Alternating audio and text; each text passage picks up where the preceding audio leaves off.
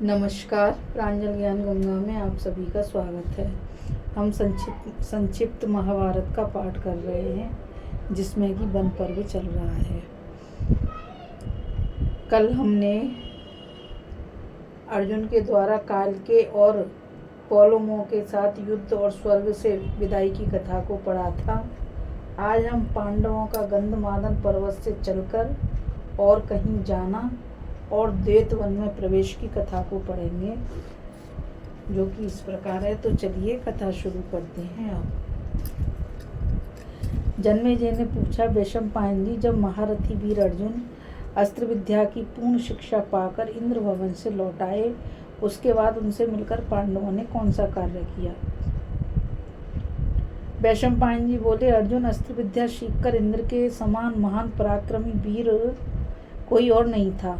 उनके साथ सभी पांडव उन पहले के वनों में ही रहते हुए अत्यंत रमणीय गंधमादन पर्वत पर रहने लगे।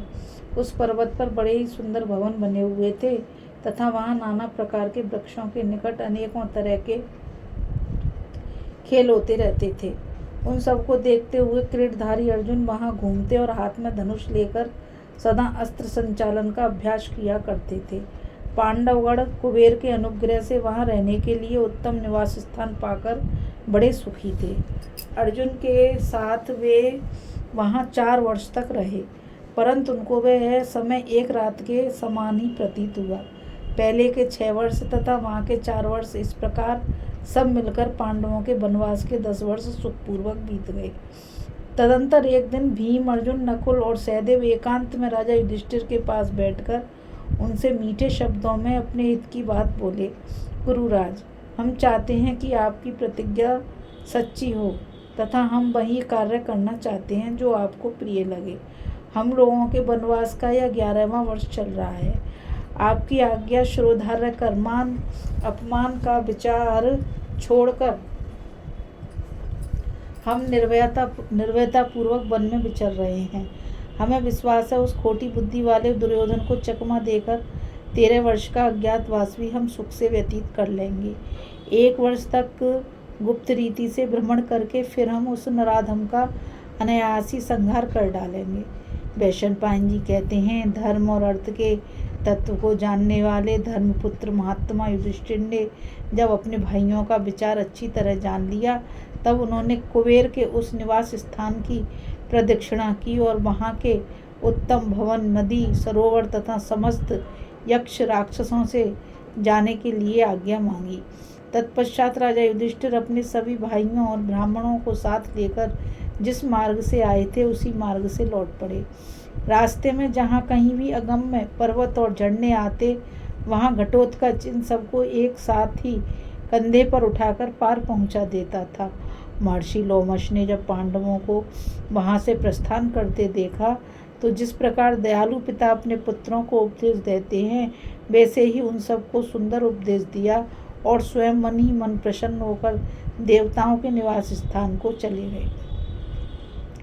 इसी प्रकार राजर्षि आष्ट्रीश्रेण ने भी उन सबको उपदेश दिया। तत्पश्चात वे नरश्रेष्ठ पांडव पवित्र तीर्थों, मनोहर तपोवनों और बड़े बड़े सरोवरों का दर्शन करते हुए आगे बढ़े।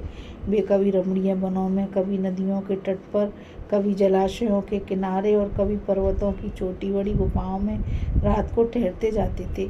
इस प्रकार चलते चलते वे राजा वृषपर्वा के अत्यंत मनोहर आश्रम पर पहुँचे। वृषपर्वा जी ने इन लोगों का बड़ा आदर सत्कार किया और पांडवों ने विश्राम करके थकावट दूर होने पर उनसे जैसे जैसे गंधमादन पर्वत पर निवास किया था, वह सब समाचार विस्तार पूर्वक कह सुनाया। वृषपर्वा के आश्रम पर देवता और महर्षि आकर निवास किया करते थे, इससे वह अत्यंत पवित्र हो गया था। पांडव भी वहाँ एक रात रहकर दूसरे दिन सवेरे बद्रिकाश्रम तीर्थ विशाला नगरी में आए। वहाँ भगवान नरनारायण के क्षेत्र में 1 मास तक बड़े आनंद के साथ रहे। फिर जिस मार्ग से आए थे उसी मार्ग से लौटकर उन्होंने किरातराज सुबाहु के राज्य की ओर प्रस्थान किया। चीन, तुषार, दरद और कुलिंद देशों को, जहाँ रत्नों और मणियों की खानें हैं, लांकर तथा हिमालय के दुर्गम पर्वतों को पार करके उन्होंने राजा सुबाहु का नगर देखा। राजा सुबाहु ने जब सुना कि मेरे राज्य में पांडवगण पधारे हुए हैं तो वे बहुत प्रसन्न हुए और नगर से बाहर आकर पांडवों की अगवानी की। राजा युधिष्ठिर ने भी उनका सम्मान किया। सुबाहु के यहाँ एक रात उन्होंने बड़े आनंद से व्यतीत की। सवेरे घटोत्कच को उसके अनुचरों सहित विदा कर दिया और सुबाहु के दिए हुए बहुत से रथ और सारथी साथ लेकर उस पर्वत पर पहुँचे जो यमुना का उद्गम स्थान है। उस पर झरने बह रहे थे। उसके हिमांच्छादित शिखर बाद सूर्य की किरणें पड़ने से श्वेत और अरुण रंग के दिखाई पड़ते थे। वीरवर पांडवों ने उस पर्वत पर विषायूप नामक वन में निवास किया। वह महान वन चित्ररथ वन के समान शोभायमान था। वहाँ उन्होंने आनंद पूर्वक 1 वर्ष व्यतीत किया। वहाँ निवास करते समय एक दिन भीम पर्वत की कंदरा में एक महाबली अजगर के पास जा पहुँचे जो मृत्यु के समान भयानक और भूख से पीड़ित था। उसे देखते ही भीम भयभीत हो गए। उनकी अंतरात्मा विषाद और मोह से व्यतीत हो उठी। उस अजगर ने भीम के शरीर को लपेट लिया। वे भय के समुद्र में डूब रहे थे।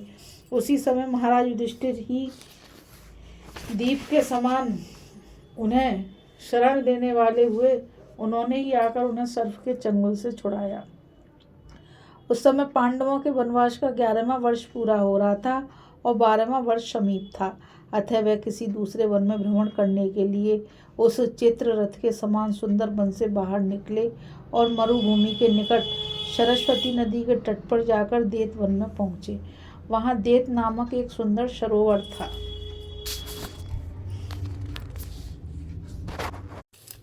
अभी हम भीम का सर्प के चंगुल में फंसना और युधिष्ठिर द्वारा सर्प के चंगुल से बचाने की कथा को पढ़ रहे थे। अब हम आगे कथा में युधिष्ठिर और सर्प के प्रश्नोत्तर, नहुस के सर्प योनि में आने का इतिहास, भीम की रक्षा और नहुस का स्वर्ग गमन की कथा को पढ़ेंगे। तो अब मुझ गीता रावत को आज्ञा दीजिए। कल फिर मिलेंगे एक नई कथा के साथ। इस कथा में बस इतना ही।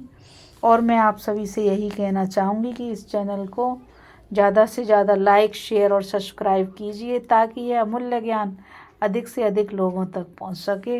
राधे राधे। जय श्री कृष्ण। नमस्कार।